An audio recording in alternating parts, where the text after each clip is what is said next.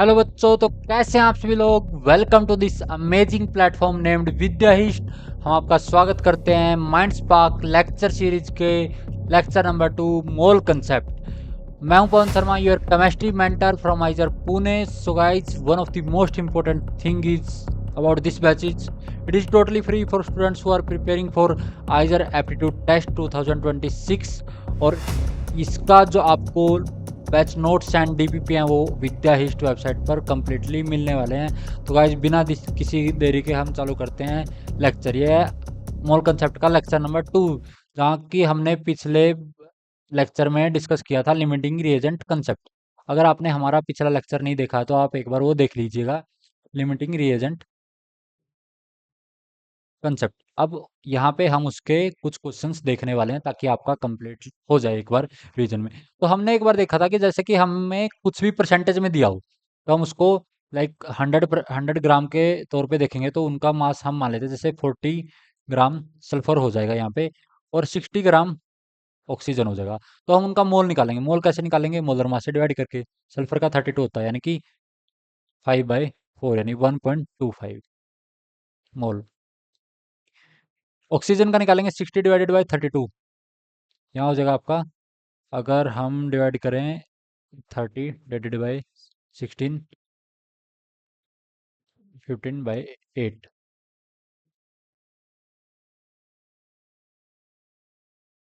Sorry guys, यहाँ 60/16 आएगा, यानी कि 84 यानी कि 3.75 मोल ऑक्सीजन है ना। ऑक्सीजन का मास होता है हमारे पास 16, इसमें थोड़ा। अब फिर हम हमारे पास जो शॉर्टेस्ट होता है, यानी कि जो सबसे छोटा, उससे डिवाइड कर देते हैं। सबसे छोटा क्या है? ये 1.25 को डिवाइड करेंगे तो इसका 1 ही आएगा, और 3.75 को 1.25 से करेंगे तो 3 आएगा, यानी कि हमारे पास इंपेरिकल फॉर्मूला हो गया SO3। अब हमें निकालना है इंपेरिकल। फर्स्ट पार्ट हमारा डन हो गया। हमें निकालना what is the molar mass. If it's molar mass अगर इसका इतना है तो हमारा मोलिकुलर फॉर्मूला क्या आएगा? तो हमारे पास फॉर्मूला होता है मोलिकुलर क्यूलर formula is equal to n time empirical formula. तो यहाँ पे अगर हमारा मास है 160, और आपने जैसे पता कि SO3 हमारा आया, SO3 का मास कितना होता है? 80 ग्राम। 80 × n, तो आपका n आ गया 2, यानी कि हमारा मोलिकुलर फॉर्मूला क्या आ जाएगा?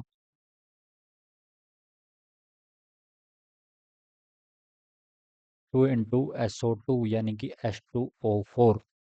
ये क्लियर हुआ guys?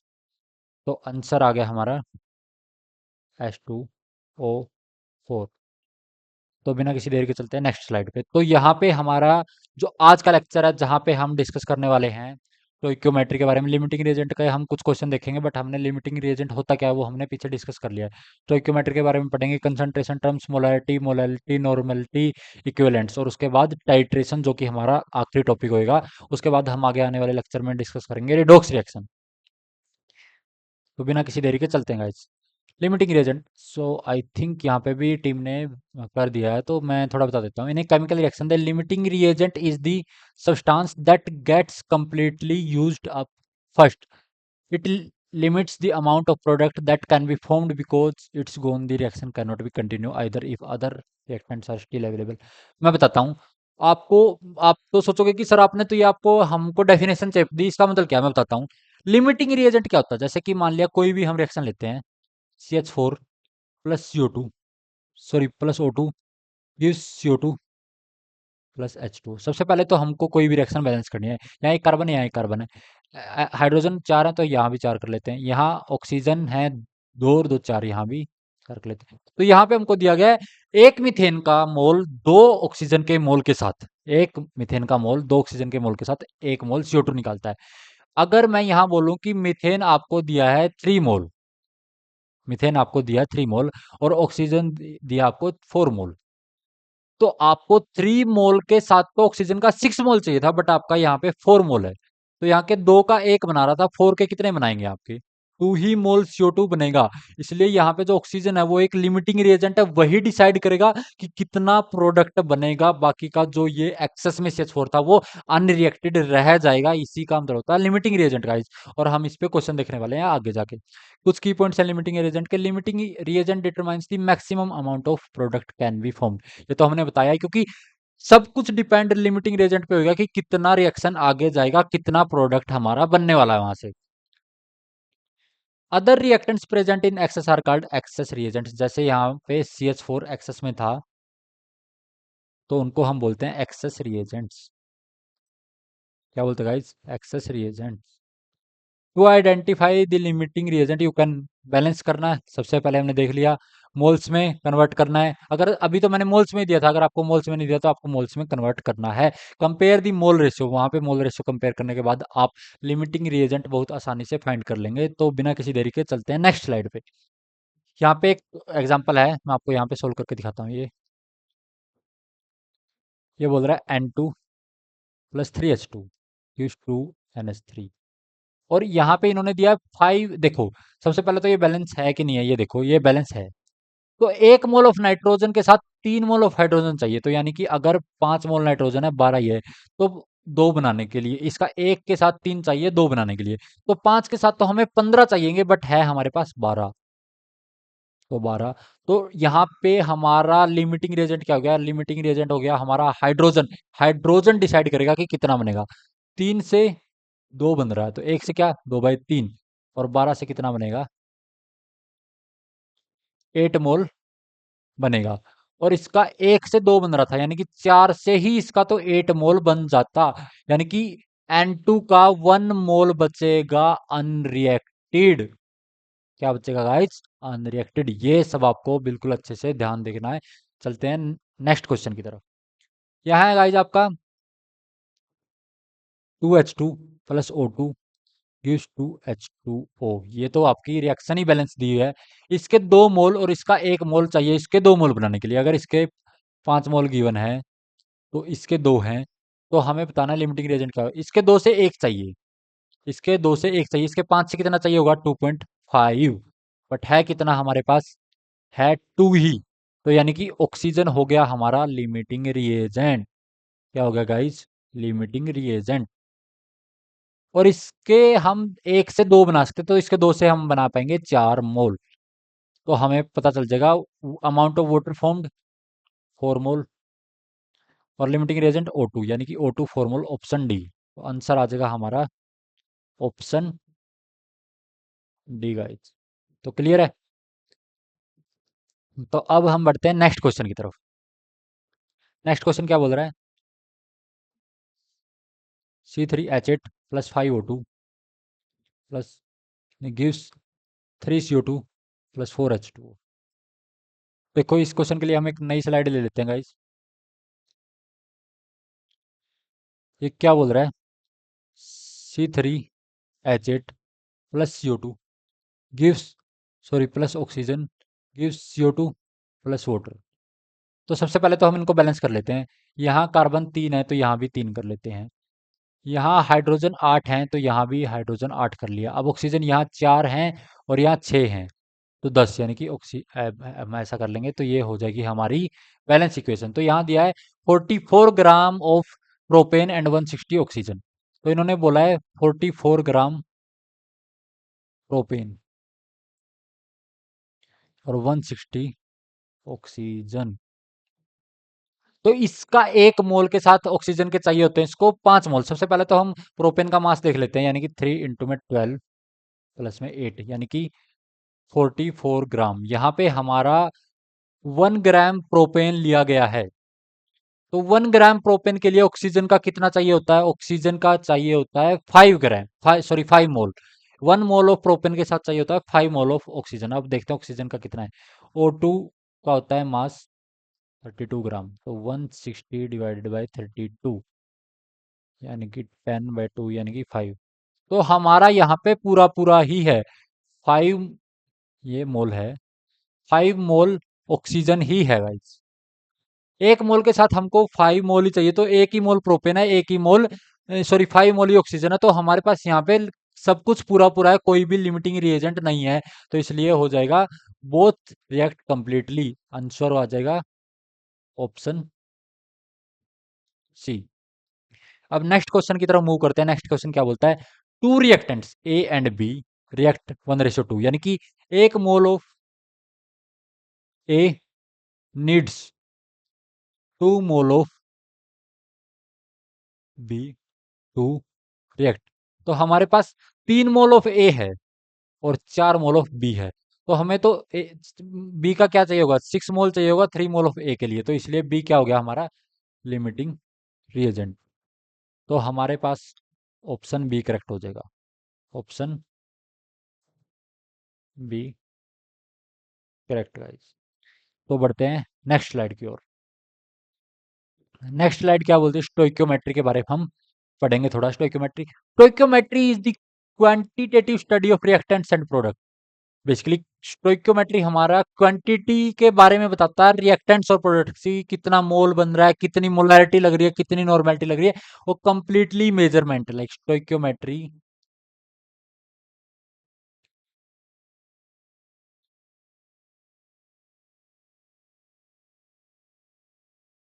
Measurement of reactants and products in a chemical reaction, it is based on the law of conservation of mass. Law of conservation of mass हमने पढ़ा था, mass of reactant is equal to mass of product. यानी कि हम जितना reactant का मास use कर रहे हैं उतना ही मास हमको प्रोडक्ट का मिलेगा। Which states that matter is, जो हमें बताता है कि मैटर को ना तो हम क्रिएट कर सकते ना ही डिस्ट्रॉय कर सकते किसी भी केमिकल रिएक्शन में। तो बेसिकली यहाँ समझने की बात यह है कि स्टोइक्योमेट्री में हम कुछ मेजरमेंट करेंगे, वो आगे देखते हैं। बैलेंस्ड केमिकल इक्वेशन हमको बैलेंस करनी आती है, वो हमारा 10th का टॉपिक है, इसमें कोई बड़ी बात नहीं है। मोल रेशियो हम अब डिस्कस करते हैं। Mole ratio, what is mole ratio, derived from the coefficient of a balanced equation used to relate like amount निकालना है। जैसे कि हमारा ऐसा है कि CH4 plus O2 gives CO2 plus water, balance करेंगे तो ऑक्सीजन यहाँ पे, हाँ। तो हमारा ऐसा कि इसके एक के साथ इसका दो चाहिए, तो इसी को बोलते हैं मोल रेशियो। इसके 1 के साथ 2 चाहिए, वो ही मोल रेशियो होता है जिससे हम कंपेयर कर सकते हैं किसी भी रिएक्शन में कि इसके साथ इसके कितने चाहिए होंगे। बेसिस स्टोइक्योमेट्रिक कैलकुलेशन, मास, मास को हम मोलर मास से कैलकुलेट करते हैं। Moles of an substance, moles of another using mole ratio. Volume of gas STP divide करते हैं कि like moles using molar volume 22.4 litre. ये बेसिक चीजें हैं, आपको ऑलरेडी बता दी गई है। टाइप्स ऑफ स्टोइक्योमेट्रिक प्रॉब्लम्स, तो हम देखते हैं कि स्टोइक्योमेट्रिक जो प्रॉब्लम्स है यानी कि क्वेश्चन है वो किस किस तरह के होते हैं। टाइप्स ऑफ स्टोइक्योमेट्रिक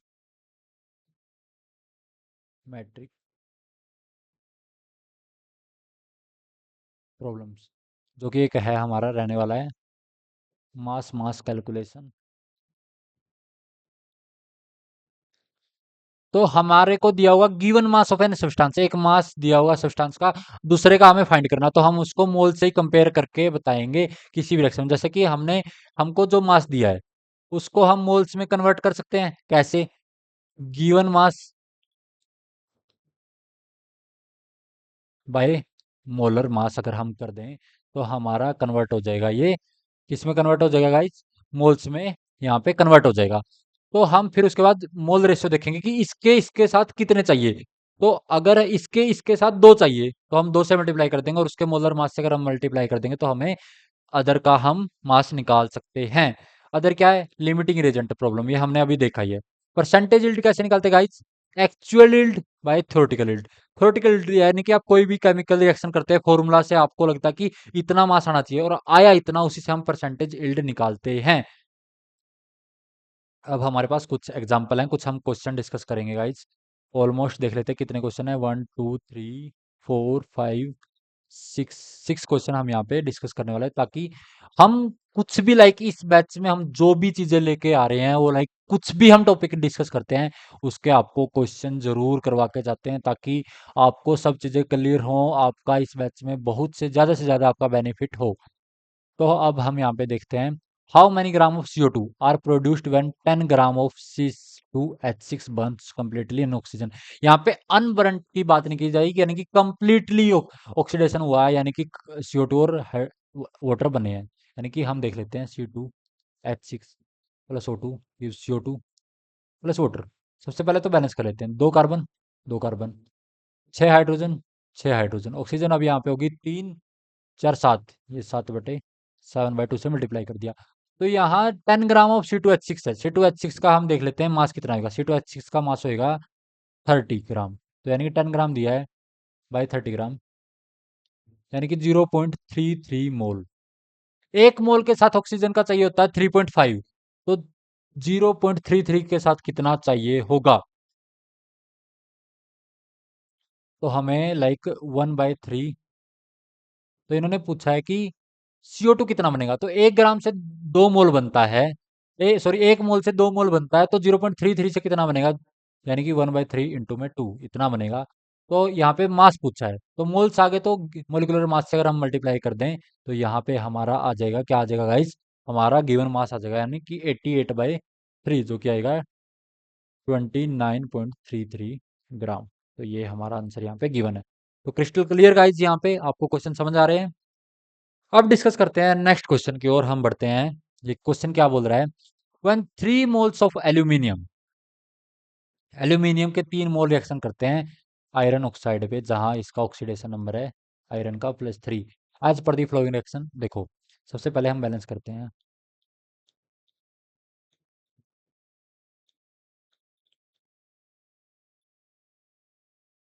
यहाँ एल्यूमिनियम 2 है, यहाँ भी 2 है, यहाँ आयरन 2 है, यहाँ भी आयरन 2 है, ऑक्सीजन यहाँ पे 3 है, यहाँ भी ऑक्सीजन 3 है, तो ये ऑलरेडी बैलेंस इक्वेशन है। तो 3 मोल, 2 mole of aluminium gives 2 mole of iron. तो हमें यानी कि इसके 2 मोल आपको 2 मोल ही दे रहे हैं। तो यहाँ पे इन्होंने पूछा है कि 3 मोल्स ऑफ एल्यूमिनियम, 3 मोल्स कितने देंगे, यहाँ पे 3 मोल्स ही इसके देंगे, तो हाउ मेनी ग्राम्स। तो ग्राम्स कैसे करेंगे, मोल्स का फॉर्मूला होता है हमारे पास given mass by molar mass. तो 3 into molar mass of Fe हो जाएगा हमारा डिजायर्ड मास। तो क्रिस्टल क्लियर गाइस, ये क्वेश्चन समझ में आया आपको। नेक्स्ट क्वेश्चन की तरफ बढ़ते हैं। यहाँ पे क्या बोल रखा है, 10 gram of calcium react with 8 gram of chlorine to form calcium chloride. तो सबसे पहले देखते हैं, यहाँ पे देखते हैं हम Ca+Cl2 गिव्स CaCl2। ये रिएक्शन तो गाइस सबसे पहले तो देखते हैं बैलेंस है। तो यहाँ पे क्या बोला है कि इसका 1 मोल के साथ इसका 1 मोल ही चाहिए, और 1 मोल बनाने में 10 ग्राम, इस 10 ग्राम गिवन है। तो सबसे पहले तो हम इसका निकाल लेते हैं मोल। तो कैल्शियम का मास कितना होता है 40, तो यानी कि 10/40, यानी कि 0.25 मोल। अब हम क्लोरीन का निकालते हैं, क्लोरीन का कितना होता है, ऑलमोस्ट 37.5 ग्राम होता है, तो यानी कि Cl2 है, यानी कि 71 हो जाएगा, 8/71, यानी कि 0.1 समथिंग। तो यानी कि हमारा लिमिटिंग रिएजेंट हो जाएगा Cl2 0.11। तो यहाँ पे हमारा लिमिटिंग रिएजेंट हो जाएगा, जो क्या हो जाएगा Cl2। तो कैलकुलेट ऑफ मास CaCl2 का पूछ रखा है। तो देखो गाइज, इसका एक से इसका एक बन रहा है, तो इसका 0.11 से, यानी कि 8/71 से क्या बनेगा, इसका इतना ही बनेगा, एक ही मोल बनेगा। तो इसका अगर हम मल्टीप्लाई कर दें इससे, तो यहाँ पे आ जाएगा हमारा मास फॉर्म। और अनरिएक्टेड कितना बचेगा, 0.25 माइनस 0.11, यानी कि 0.14, यानी कि 14/100 इंटू में 40, यानी कि 5.6 ग्राम अनरिएक्टेड बचेगा। तो ये क्लियर हुआ गाइज। तो आगे बढ़ते हैं। In an industrial process 20 gram of phosphorus react to form phosphorus pentachloride. देखो सबसे पहले तो हम इसको बैलेंस कर लेते हैं। P4 plus 10Cl2 gives 4PCl5। तो ये तो ऑलमोस्ट बैलेंस्ड रिएक्शन है। तो गाइस तो देखो 20 ग्राम ऑफ फॉस्फोरस लिया, 20 ग्राम, मोल कितना हो जाएगा 20 बाई में फॉस्फोरस का मास होता है 31 यानी कि 124 यानी कि 10 बाई में 62 यानी कि 5/31। एक के साथ चाहिए 10 मोल।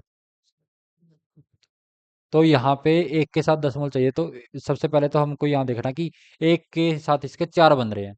तो 5/31 मोल के साथ कितने बनेंगे? 5/31 इंटू में 4 मोल इसके बनेंगे।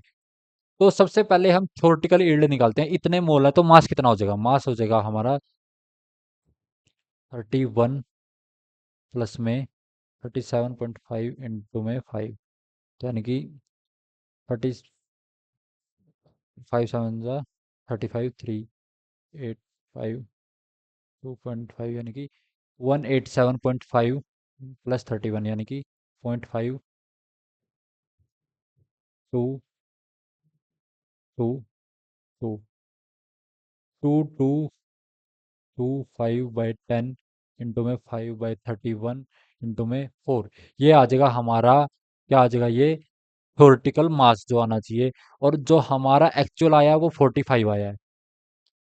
तो गाइज हम यहाँ एक स्लाइड ऐड कर लेते हैं ताकि परसेंटेज यील्ड निकालने के लिए। जो हमारा आया है एक्चुअल वो कितना है? 45। थ्योरेटिकल हमारा कितना है? थ्योरेटिकल है हमारा 2225/10 इंटू में 5/31 इंटू में 4 इंटू में 100। तो यहाँ से कट हो रहा है 2, आ जाएगा 2। तो आपके पास आ जाएगा 45 इंटू में 31/में 2 इंटू में 2225 इंटू में 100। तो यहाँ से आ जाएगा आपका 50, यहाँ से आ जाएगा 10, यानी कि 4 4 5। तो यहाँ से अगर 5 से जाएंगे तो ये 9, तो यहाँ आ जाएगा 8 9। तो अगर हम यहाँ से करें तो 9 इंटू में 31/में 89 इंटू में 10% आपकी परसेंटेज इल्ड आ जाएगी guys.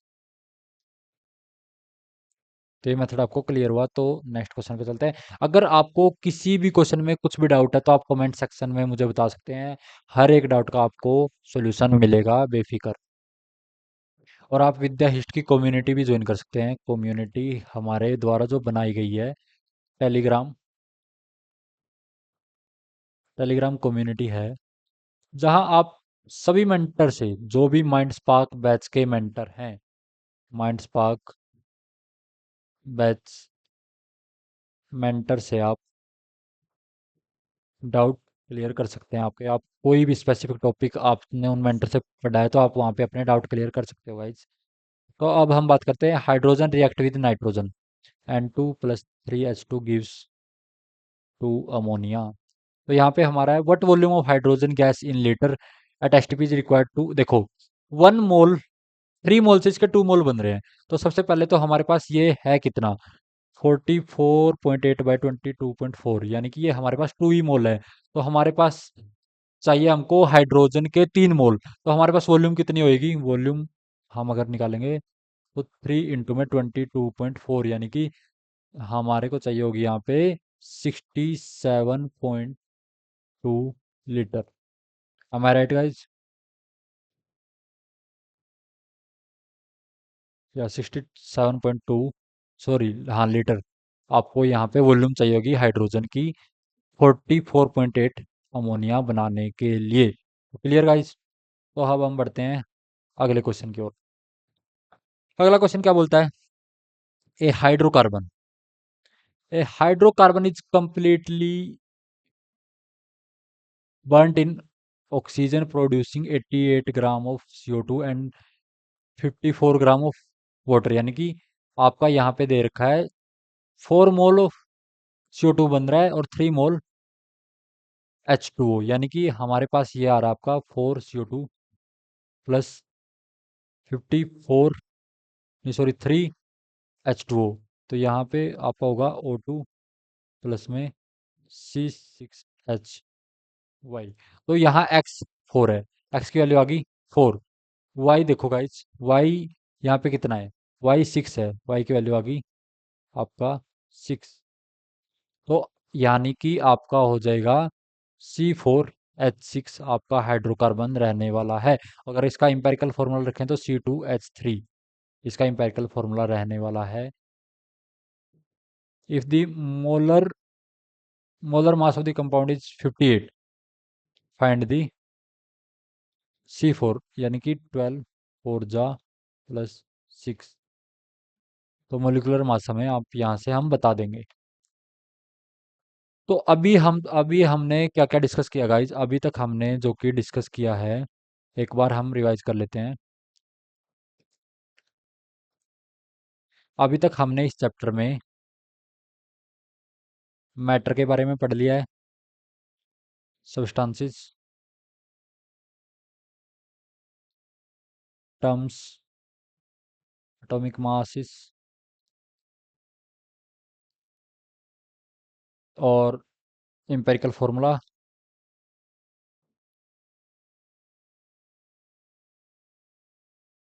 Limiting reagent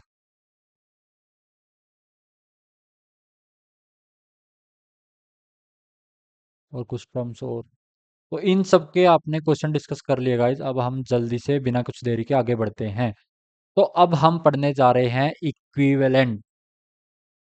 what is equivalent and equivalent mass. Equivalent होता क्या है और इक्विवेलेंट मास क्या होता है, तो हम अब पढ़ने जा रहे हैं। An equivalent of a substance is the amount that will react or simply 1 mole of H plus ions in acid base reaction. Like ऐसा इक्विवेलेंट होता क्या, जब हम कोई भी एसिड बेस रिएक्शन कर रहे होते हैं तो उसमें 1 मोल H प्लस आयंस के साथ जो कोई रिएक्ट कर जाए किसी भी सब्सटेंस का, उसी को हम बोलते हैं वन इक्विवेलेंट। तो अभी आई थिंक आपको कुछ ज्यादा समझ में नहीं आएगा, क्वेश्चन के साथ समझते गाइज। गेन और loss 1 mole of electron in redox. Redox जब रिएक्शन हो रही होगी तो जब 1 मोल ऑफ इलेक्ट्रॉन का या तो हमें गेन हो जाए या लॉस हो जाए, उसी को हम बोलते हैं वन इक्विवेलेंट।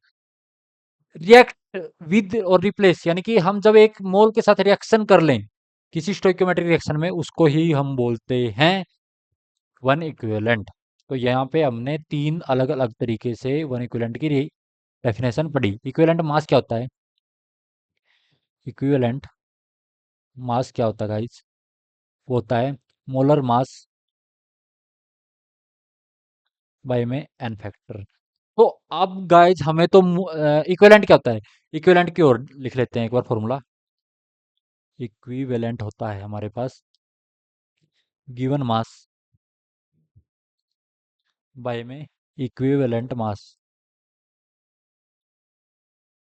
हमारे पास था इक्विवेलेंट, हमें पता लगा कि क्या होता है given mass by equivalent mass, और इक्विवेलेंट मास का हमें पता लगा कि molar mass by n factor. तो सर अभी तक तो हमारा सही था, आपने अभी एक नया शब्द यूज कर दिया एन फैक्टर। ये एन फैक्टर क्या होता है, what is n factor, what is n factor.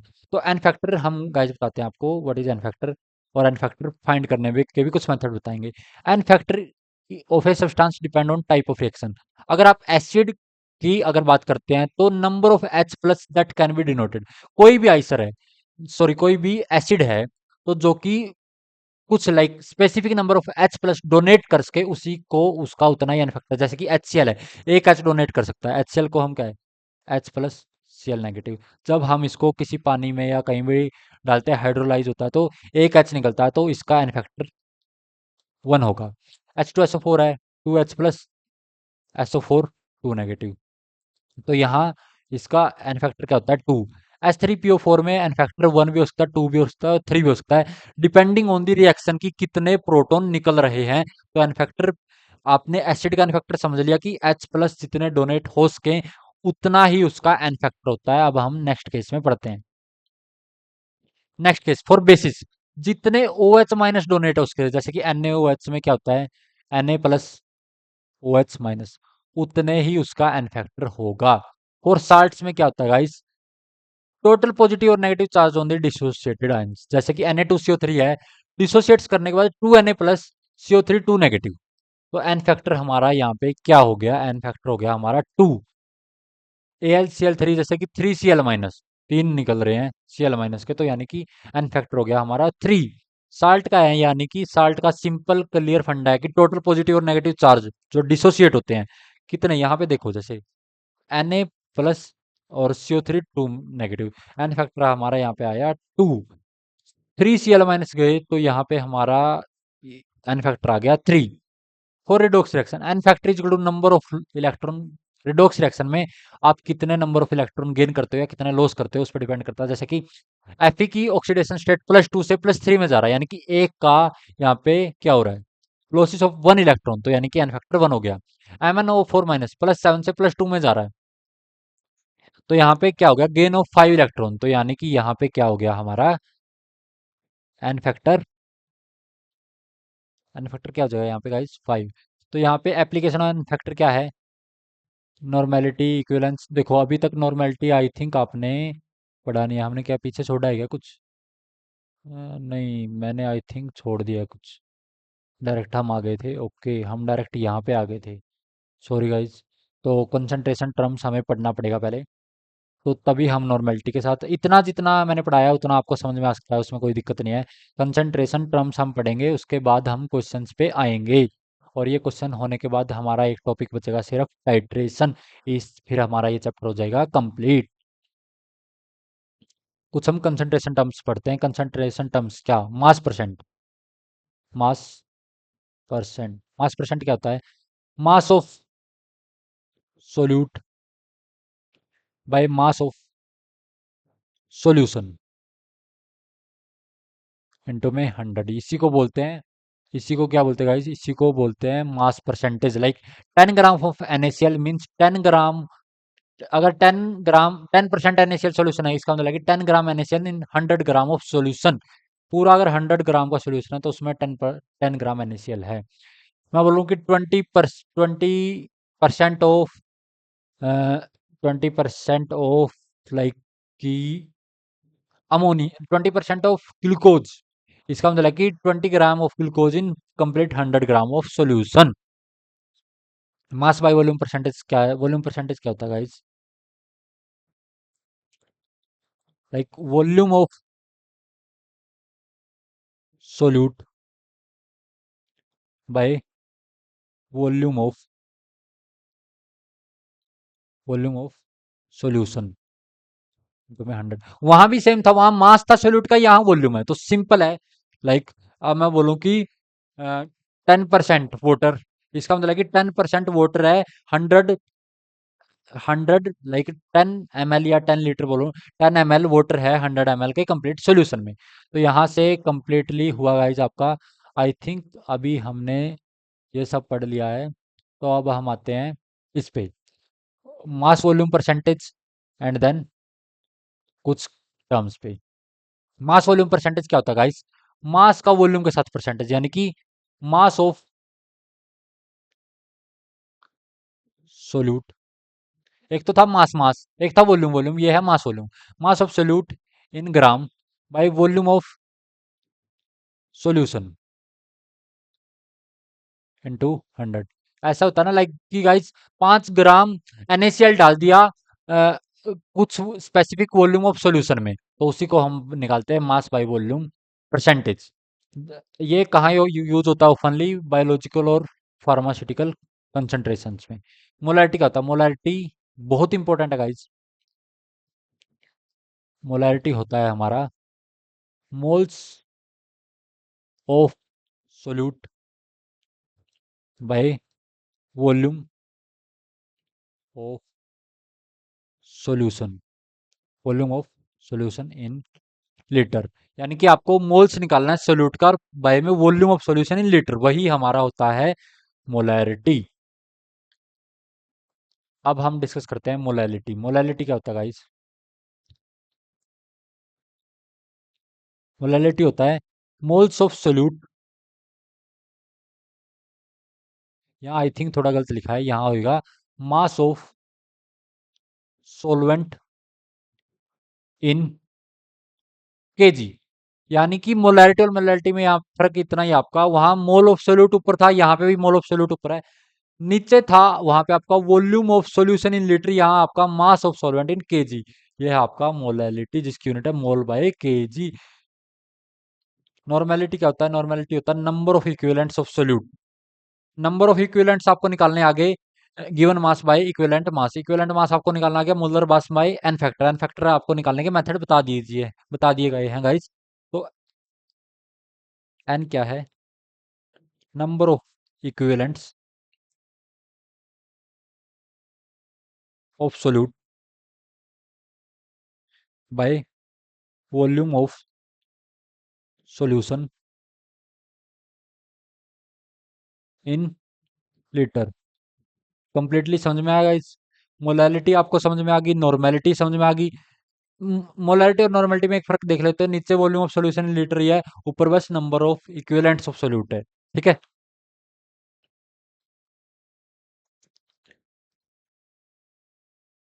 तो अब हमारा यहाँ पे एक रिलेशन आ गया गाइस।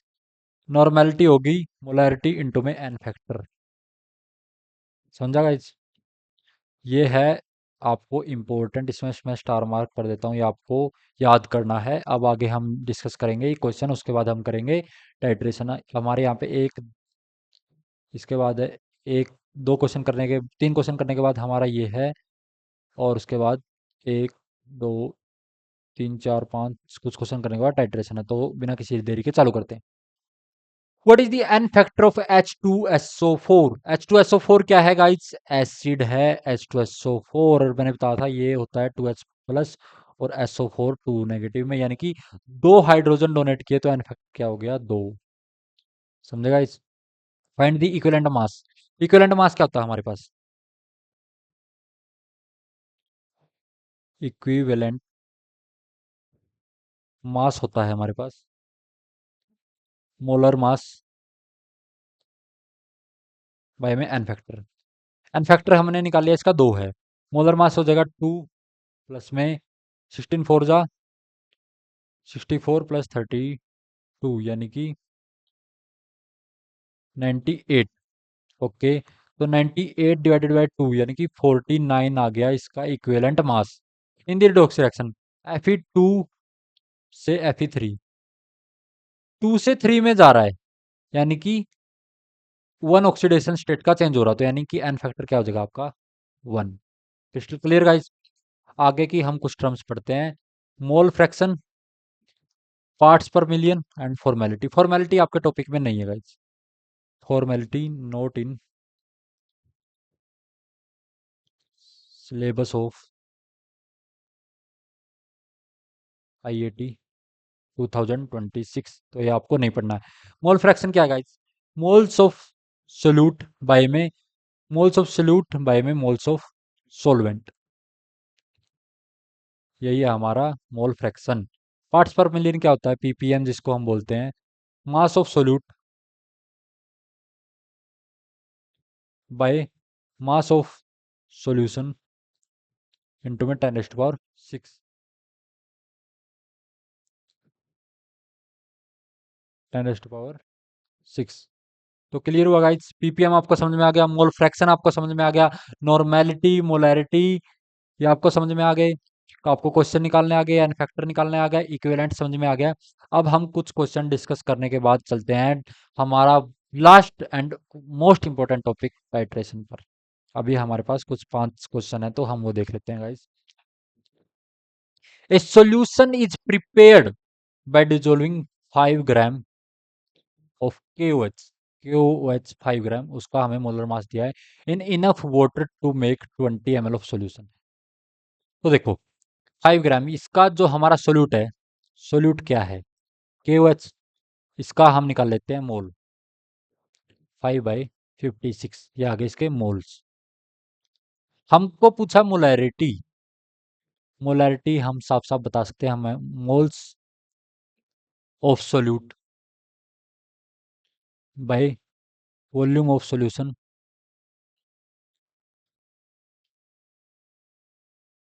In litre.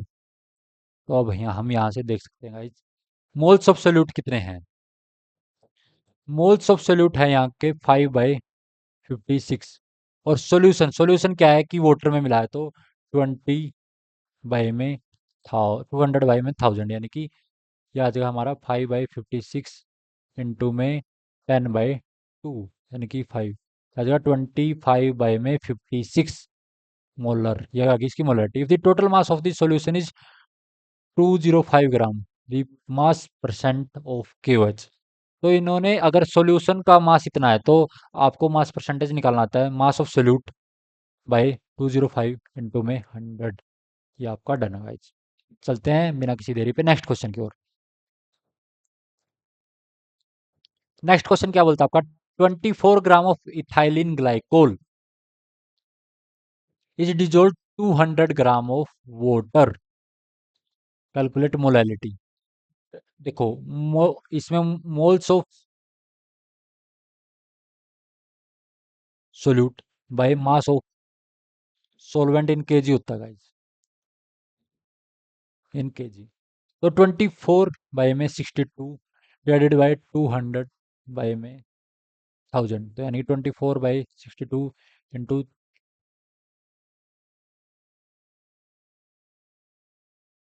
120/62 यानी कि 60/31, ऑलमोस्ट 2 के आसपास आएगी, ऑलमोस्ट नियर बाय 2 के आसपास यहाँ पे आने वाली है।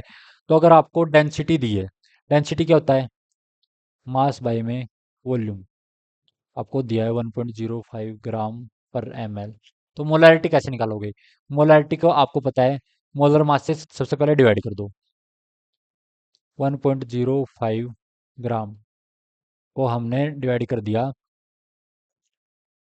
इसके 62 से, और इन्होंने देखो वॉल्यूम ml में दी है तो हमको मल्टीप्लाई करना पड़ेगा 1000 से। तो यहाँ पे हमारा आ जाएगा 1050/62।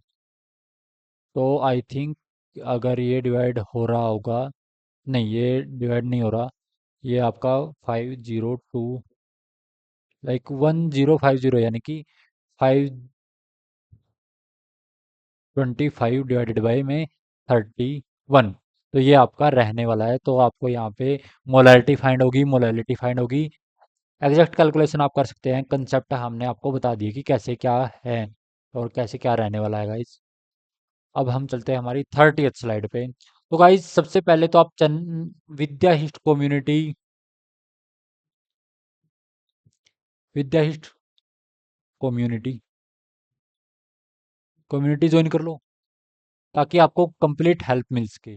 दूसरा, आप वेबसाइट विजिट करो, वहाँ पे आपको काफ़ी कंटेंट मिलेगा, DPP नोट्स वगैरह। और आप चैनल को सब्सक्राइब कर लीजिएगा, आपकी IIT 2026 की प्रिपरेशन को बिल्कुल स्मूथ बनाने के लिए आपको ज्वाइन करना है। Which of the following is statement is correct, mole fraction is affected by temperature, mole fraction is a dimensionless quantity. बिल्कुल सही है भाई, डायमेंशनलेस है, ऊपर भी मोल है नीचे भी मोल है, तो डायमेंशनलेस हो गई ये quantity, dimension less. Third point क्या बोलता है, mole fraction is always less than 1 for solutes.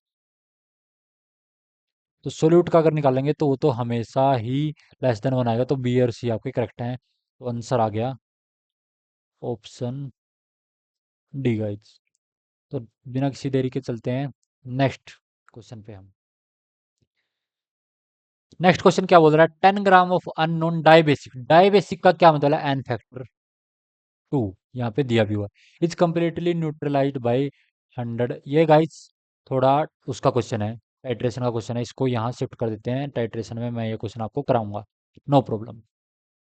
ये क्वेश्चन कहाँ का है, water sample contains 9.8 gram of CH2+ in 1 litre of solution. देखो हमने आपको सिखाया था PPM, देखो यहाँ से आप सीख सकते हो PPM क्या है, पार्ट्स पर मिलियन क्या, mass of solute by mass of solution. क्या guys, mass of solute by mass of solution into 10⁻⁶। तो यहाँ दिया 9.8 gram of CH2+ in 1 litre of solution. तो यहाँ आप देखो कि PPM कैसे आप निकाल सकते हो। देखो अगर हमारे यहाँ पे दिया हुआ है सॉरी, ये ऊपर वाली स्लाइड पे हमें जाना है। तो अगर हमें कंसंट्रेशन पीपीएम में निकालनी है तो मास हमको दिया है 9.8 जो कि सोल्यूट है। तो वॉल्यूम दी है तो उसको 10⁻6 से मल्टीप्लाई करके हम पीपीएम में निकाल सकते हैं। अगर हमें नॉर्मेलिटी पूछे, नॉर्मेलिटी क्या होता है? Moles bye mass of solvent in KG. तो सॉल्वेंट का आप मास बता सकते हो यहाँ से। तो सॉल्वेंट का अगर आपको मास पता है तो मोल्स ऑफ सोल्यूट, सोल्यूट के मोल्स तो आप निकाल सकते हो 9.8 डिवाइडेड बाय 40 करके। तो इट्स कंप्लीटली गाइस। अब हम बढ़ रहे हैं हमारा लास्ट टॉपिक। लास्ट टॉपिक क्या है गाइस? अब हम हैं लास्ट टॉपिक पे हमारे, जो कि हमारे रहने वाला है टाइट्रेशन, और जो कि इम्पोर्टेंट भी है, वेरी वेरी इम्पोर्टेंट गाइस। और आपको कुछ भी डाउट आए आप कम्युनिटी से पूछ सकते हैं ताकि मेंटर वहाँ रह के आपकी हेल्प कर सकें। तो यहाँ पे हम कुछ क्वेश्चन डिस्कस करेंगे, उनके साथ ही टाइट्रेशन पहले पढ़ते हैं। What is titration? तो बेसिकली मैं खुद भी लैब में काम करता हूँ, बट लाइक मेरा जो लैब है वो ऑर्गेनिक केमिस्ट्री बेस्ड लैब है। जो टाइट्रेशन है वो टाइट्रेशन क्या है? Titration is a lab type technique, sorry, titration is a lab technique. क्या गाइस? लैब टेक्निक, जो कि इन जनरल फिजिकल केमिस्ट्री में होती है। किस में होती है गाइस? फिजिकल केमिस्ट्री में। Titration is a lab technique use to determine the unknown concentration of solution. जिसकी हमें कंसंट्रेशन नहीं पता हो उसकी कंसंट्रेशन फाइंड करने के काम आता है टाइट्रेशन। यूजिंग, जिसकी हमें पता है उसका यूज करके। It is neutralization reaction, but it can also be redox और complement.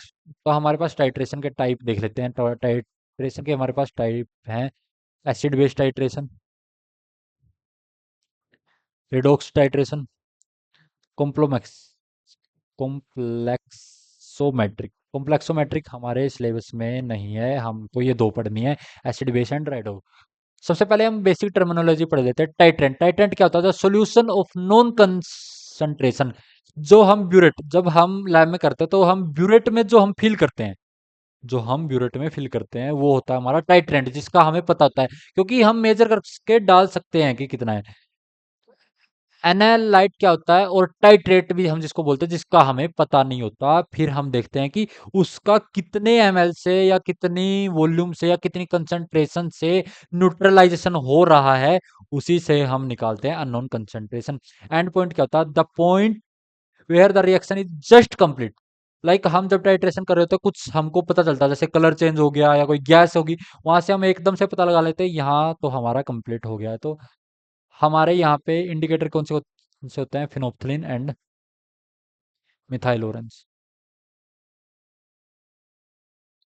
Phenolphthalein and methyl orange. तो टाइट्रेशन का हमारे पास, एसिड बेस टाइट्रेशन का फॉर्मूला क्या है? इक्विवेलेंट्स क्या होता है हमारे पास? एक स्लाइड ऐड कर लेते हैं गाइस, मैं आपको कुछ बात बताना चाहता हूँ। नहीं सॉरी, दूसरी स्लाइड ऐड करनी पड़ेगी।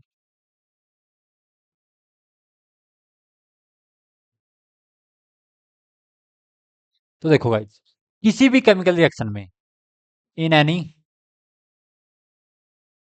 केमिकल रिएक्शन, जो इक्विवेलेंट्स ऑफ रिएक्टेंट्स होते हैं ना, रिएक्टेंट्स, वो बराबर होते हैं इक्विवेलेंट्स ऑफ प्रोडक्ट्स। यानी कि जितना इक्विवेलेंट रिएक्टेंट का होता है उतने इक्विवेलेंट दोनों के, रिएक्टेंट और प्रोडक्ट के इक्विवेलेंट बराबर होते हैं। तो जब कोई भी रिएक्शन हो रही होती है तो हम नॉन कंसंट्रेशन कैसे निकालते हैं? रिएक्टेंट का हमको सब कुछ पता है, प्रोडक्ट का हमें कुछ नहीं पता, तो हम इक्विवेलेंट ऑफ रिएक्टेंट को बराबर करते हैं इक्विवेलेंट ऑफ प्रोडक्ट से। तो हमें पता चल जाता है अननोन वाले की कंसंट्रेशन, कंसंट्रेशन पता चल जाती है। ओके गाइस, तो यहाँ पे फॉर्मूला दिया नॉर्मेलिटी का, मोलैरिटी इंटू एन फैक्टर, जो कि मैंने आपको पहले ही बता दिया। तो नॉर्मेलिटी इंटू वॉल्यूम इक्विवेलेंट क्या होता है, नॉर्मेलिटी इंटू में वॉल्यूम। और ये भी लिख सकते हैं molarity into volume into n factor. तो आपको समझ में आ गया तो अब हम चलते हैं टाइप्स ऑफ टाइट्रेशन। मैंने बताया था एसिड बेस, रिडॉक्स, और एक आएगी कॉम्प्लेक्सोमेट्रिक, जो कि हमारे सिलेबस में नहीं है। Complexometric titration not in our syllabus. Clear guys. तो सबसे पहले हम देखते हैं acid based titration. Acid based titration is quantitative analytical technique. मैंने बताया टाइट्रेशन जो है कि क्वांटिटेटिव मेथड है कुछ भी फाइंड करने का, like use to determine the concentration of an unknown acid or base by reactant it with a base or acid, like HCl और NaOH। रेडॉक्स का आपको है कि transfer of electron, like oxidising और रेड्यूसिंग एजेंट होता है कि एक ऑक्सीडाइज होएगा एक रेड्यूस होएगा, और कुछ इलेक्ट्रॉन्स का चेंज हो गया कि यहाँ +5 से +3 में चला गया, उनकी हमें टाइट्रेशन पढ़नी है। तो मैं बताता हूँ गाइस। अब हम करते हैं कुछ क्वेश्चंस जिनसे आपका क्लियर होएगा सब कुछ। हाँ, ये क्वेश्चन है गाइस जो कि इक्विवेलेंट्स पे बेस है। जैसे यहाँ पे acid or base, like NaOH लिया है, NaOH एंड एसिड लिया है, तो ये क्या है, एक एसिड बेस टाइट्रेशन है। तो न्यूट्रलाइज किससे हो रहा है, बेस से, और एसिड हो रहा है, तो equivalents of acid is equal to equivalents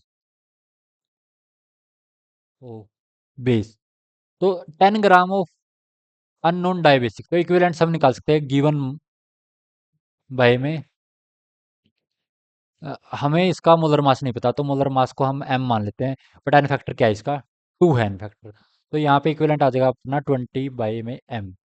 और इक्विवेलेंट ऑफ बेस हमें पता है, लाइक 1 नॉर्मल इंटू में 100 ml, तो ml इंटू में 1 नॉर्मल। तो यहाँ पे हम मोलैरिटी बेसिकली निकाल सकते हैं 20 ग्राम/में 100 ml। 100 ml को हम लीटर में कन्वर्ट कर लेते हैं, वो जो कि आएगा 0.1। ये आ जाएगा हमारा क्या, ये हमारा क्या आ जाएगा, मोल m आ जाएगा। तो m से हम, यानी कि m क्या है, मोलर मास, तो जो कि हमारा हो जाएगा 200 ग्राम पर मोल। तो हमारा 200 ग्राम फर्स्ट ऑप्शन में है, तो आंसर तो हमको यहाँ से मिल गया फर्स्ट ऑप्शन ही। इक्विवेलेंट वेट क्या होता है, equivalent weight molar mass by n factor है 2, तो यानी कि 200/2 यानी कि 100, ये भी। तो क्लियर हो गया आपको फर्स्ट क्वेश्चन जो कि एसिड बेस्ड टाइट्रेशन पर था। उसके बाद हम चलते हैं guys 2.5। What volume of 2.5 m H2SO4 is required to neutralize 2 gram? Okay, simple है बहुत।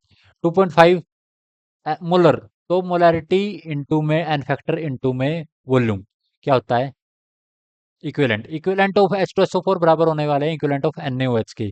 तो यहाँ पे हमने इक्विवेलेंट लिख लिया। यहाँ इक्विवेलेंट कैसे निकालेंगे, गिवन मास भाई, मोलर मास कितना है इसका 40, हाँ इस 40, और इसका एन फैक्टर क्या होता है 1, तो यानी कि वॉल्यूम आ गया 25/10 इंटू में 2 इंटू में V इजिकल टू 25/10 इंटू में 40। 25 से 25 कैंसिल, 10 से 10 कैंसिल, तो यहाँ पे गाइस वॉल्यूम रहने वाला हमारा 1/80। तो यहाँ से क्लियर हुआ सब। अब हम डिस्कस करते हैं next question. 0.1 m KMnO4 completely react with FeSO4 under acidic condition. The volume of FeSO4 used is 25 ml। तो देखो मोलारिटी दी है FeSO4 की 0.05। यहाँ देखो KMnO4 क्या है, KMnO4 है यहाँ पे ऑक्सीडाइजिंग एजेंट गाइस, और FeSO4 क्या है, रेड्यूसिंग एजेंट। यानी कि KMnO4 खुद रेड्यूस होएगा, FeSO4 खुद ऑक्सीडाइज होएगा। तो हमको पता है मोलारिटी इंटू नॉर्मेलिटी इंटू में वॉल्यूम, तो यहाँ पे मोलारिटी दिया है Fe, यहाँ पे इसका ऑक्सीडेशन होना है, अब +2 में है, तो मैक्सिमम क्या होता है इसका, मैक्सिमम +3 होता है, तो +2 से +3 में गया तो एन फैक्टर हो गया 1। वॉल्यूम क्या दिया है 25। हमको बताना है वॉल्यूम ऑफ KMnO4 0.1। तो यहाँ किस में, ये +7 में, और ये रेड्यूस होके जाता है +2 में, यानी कि इसका 5 हो जाएगा एन फैक्टर। इंटू में वॉल्यूम, तो वॉल्यूम आ गया इसका 5/100 था, इंटू 25, इंटू में 10/5, 5 से 5 कैंसिल, यानी कि 2.5 ml। तो क्लियर गाइस, ये हमारा क्वेश्चन था रिडोक्स टाइट्रेशन पे बेस, और हमने जो पहले क्वेश्चन किया वो एसिड बेस टाइट्रेशन पे था बेस। तो हम एक और क्वेश्चन देख लेते हैं। 0.1 of CaOH2 need, okay, CaOH2 क्या है हमारा बेस, और वो क्या है एसिड, तो ये कौन सी टाइप होगी, एसिड बेस टाइट्रेशन गाइस, क्या होगी ये एसिड बेस टाइट्रेशन। तो 0.1 मोल, तो यहाँ पे आपको पता है OH कितने निकल सकते हैं, 2, यानी कि अनफैक्टर इसका है 2। तो इसका वॉल्यूम हमें फाइंड आउट करना है। न्यूट्रलाइजेशन किससे हुआ है, ऑक्जेलिक एसिड, ऑक्जेलिक एसिड क्या होता है गाइस, COH। तो यहाँ से 2 H निकल सकते हैं, यानी कि एन फैक्टर क्या है इसका 2। तो 2 इंटू में 40 इज इक्वल टू वॉल्यूम, ना सॉरी, तो 2 से 2 कैंसिल, ये 1/10 है, तो यहाँ से 10 से 10 कैंसिल, तो यहाँ आ जाएगा आपका 20 ml guys, clear. Equal volume of 1 m, अच्छा यहाँ पे ये है KMnO4 K2Cr2O7 use to oxidize Fe2 in acidic medium the amount of Fe। देखो ये आपका डबल टाइट्रेशन बेस क्वेश्चन है, तो नोट इन सिलेबस, ये दोनों ऑक्सीडाइजिंग एजेंट है, तो बेसिकली पहले एक से रिएक्शन किया फिर दूसरे से रिएक्शन किया फिर Fe का दोनों से देखना होता है, ये डबल टाइट्रेशन बेस रिएक्शन है, ये आपके सिलेबस में नहीं है। तो अभी तक मैं आपको अगर समरी दूं गाइस,